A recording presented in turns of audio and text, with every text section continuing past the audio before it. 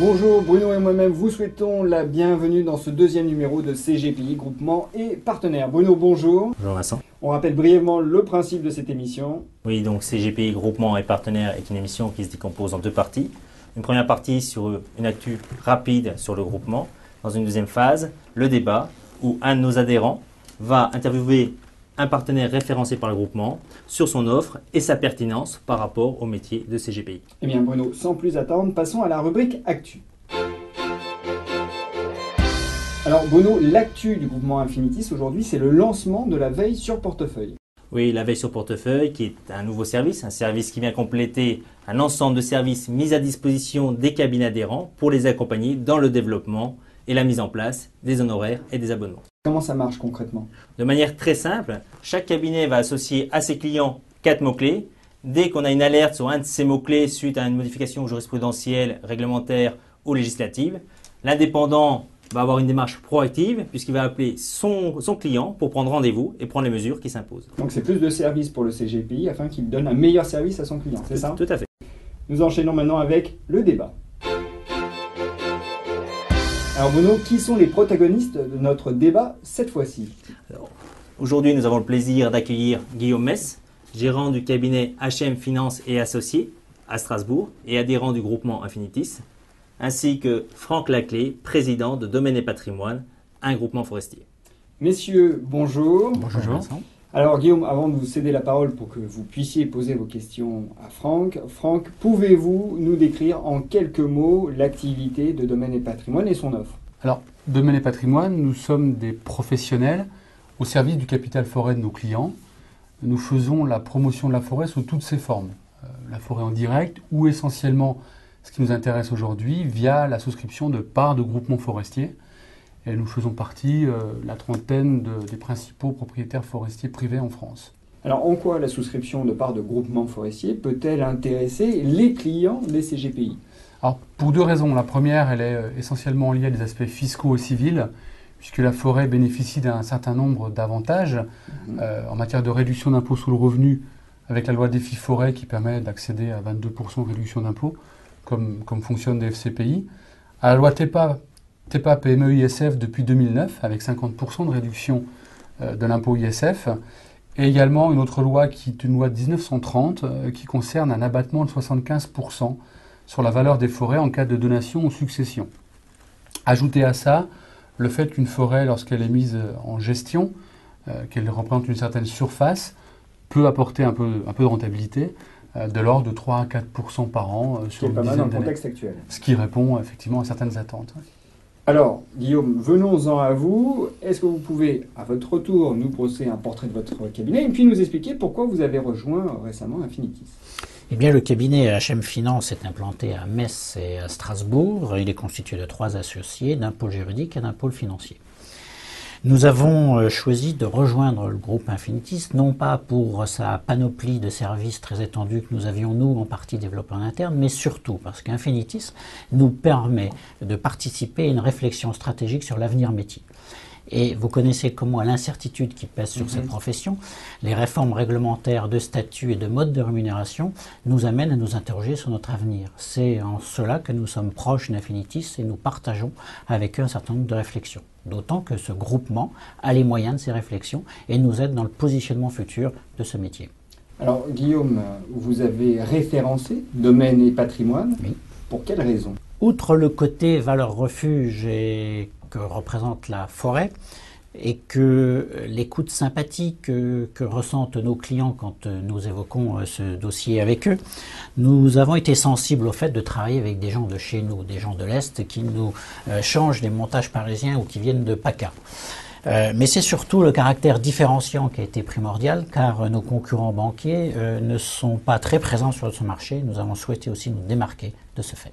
Alors, je l'ai dit, vous avez référencé Domaine et Patrimoine, mais il n'empêche, vous avez un certain nombre de questions à poser à Franck. Je vous en prie, allez-y. Bien sûr, j'aimerais que M. Franck Laclé nous précise quels sont les éléments différenciants et les particularités de son offre.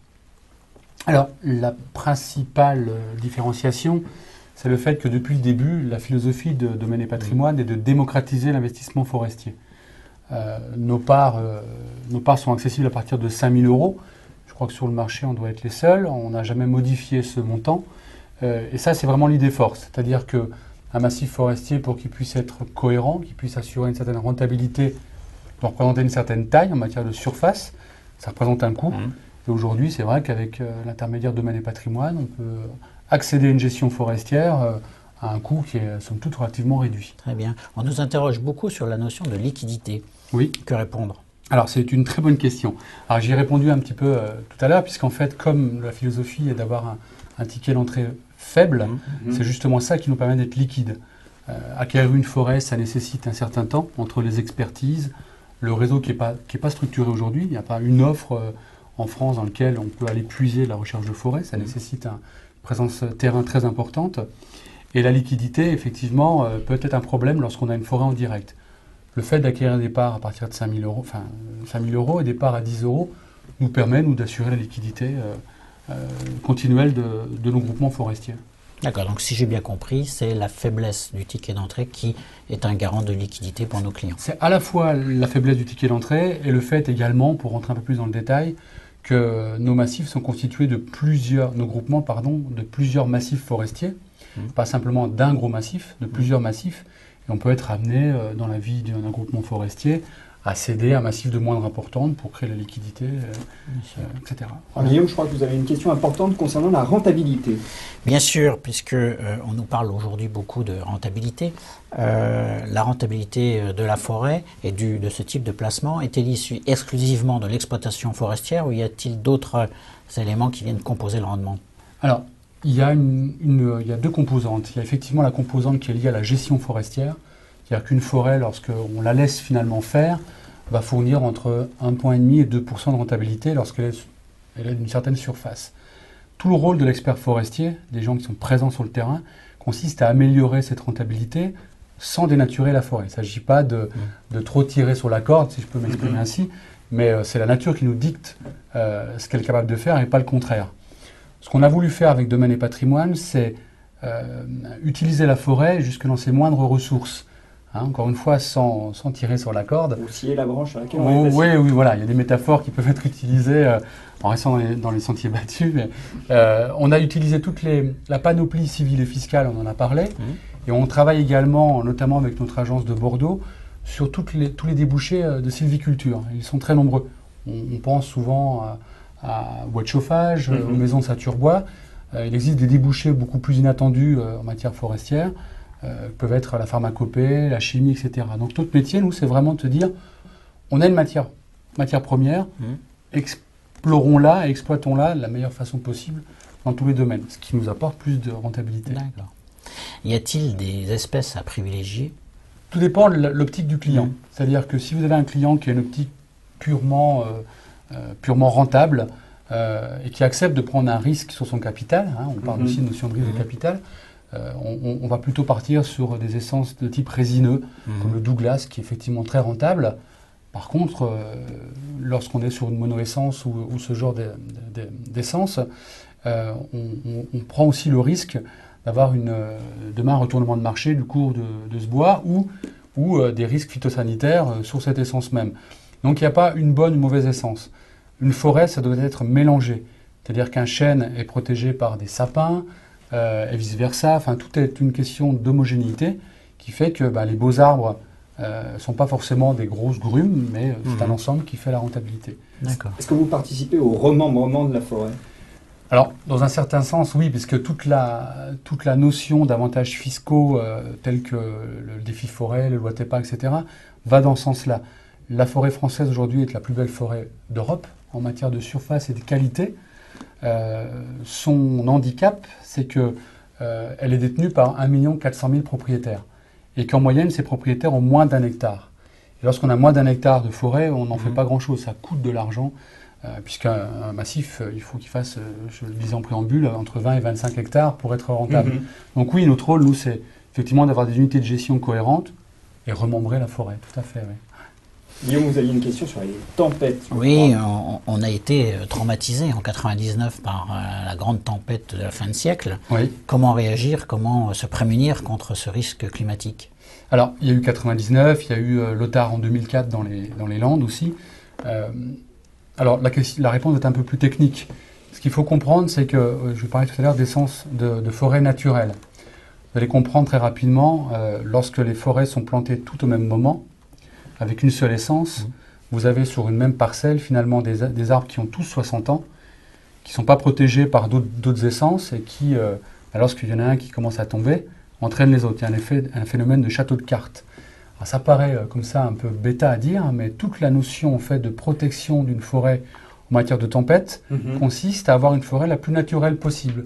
Parce que les gros arbres vont tomber, de toute façon on les aurait coupés pour les matérialiser, et derrière la régénérescence naturelle, elle va plier, elle ne le rompra pas. Hein. Donc la réponse à ce qu'on a pu voir sur certaines images même un peu catastrophiques de forêts couchées, souvent sont des forêts qui sont les forêts artificielles qui sont tombées. Les forêts naturelles à côté ont beaucoup moins souffert. Et vous faites de la forêt naturelle? Oui, essentiellement, parce que c'est plus facile, c'est plus rentable à terme. Et c'est plus sûr. Et c'est plus sûr, tout à fait. Oui. Alors, le temps file. Franck, une question ultime pour vous. Tout de même, si vous deviez expliquer à un souscripteur quel est l'intérêt finalement d'acheter, puisque c'est ça dont il s'agit, d'acheter de la forêt française, que diriez-vous? Je lui dirais qu'il achète de la matière première qui se trouve être également la matière foncière française, donc il devient propriétaire foncier, et que cette matière première et cette propriété est non délocalisable. Nos massifs sont dans les Vosges, à Arbois, nos salariés forestiers sont là, ils seront toujours là, la forêt ne bougera pas. Et ça, je pense que c'est une notion dans le monde d'aujourd'hui qui, effectivement, a un écho important. Oui, tout à fait. Oui. Alors Guillaume, vous avez posé vos questions à Franck. Est-ce que vous iriez, après l'avoir écouté, jusqu'à le conseiller, à conseiller l'offre de domaine et patrimoine à vos confrères CGPI? Sans hésitation, parce que ajouter de la forêt dans les patrimoines, c'est désensibiliser les patrimoines. Et dans l'environnement actuel, c'est une mesure de sauvegarde et judicieuse. Il est clair que le savoir-faire de domaine et patrimoine nous a impressionnés et nos clients aujourd'hui sont ravis. D'autant que les débouchés en matière de développement forestier, nous avons l'Institut du Bois à Épinal. Dernièrement, en franchissant la frontière allemande, je voyais qu'un bâtiment se construisait avec une chaudière au bois. Il y a donc un véritable marché et nous avons envie que nos clients accompagnent ce nouveau marché. Bruno, le mot de conclusion, puisque Infinivis a référencé domaine et patrimoine. Oui, donc plusieurs points positifs sur la qualité de l'offre de domaine et patrimoine. Un véhicule de diversification, un seuil d'accessibilité réduit, la qualité des équipes, l'esprit entrepreneurial de domaine et patrimoine et également le vrai professionnalisme des experts en forêt. Messieurs, un grand merci et Bruno et moi-même vous retrouverons très prochainement pour un nouveau numéro de CGPI, groupement et partenaires.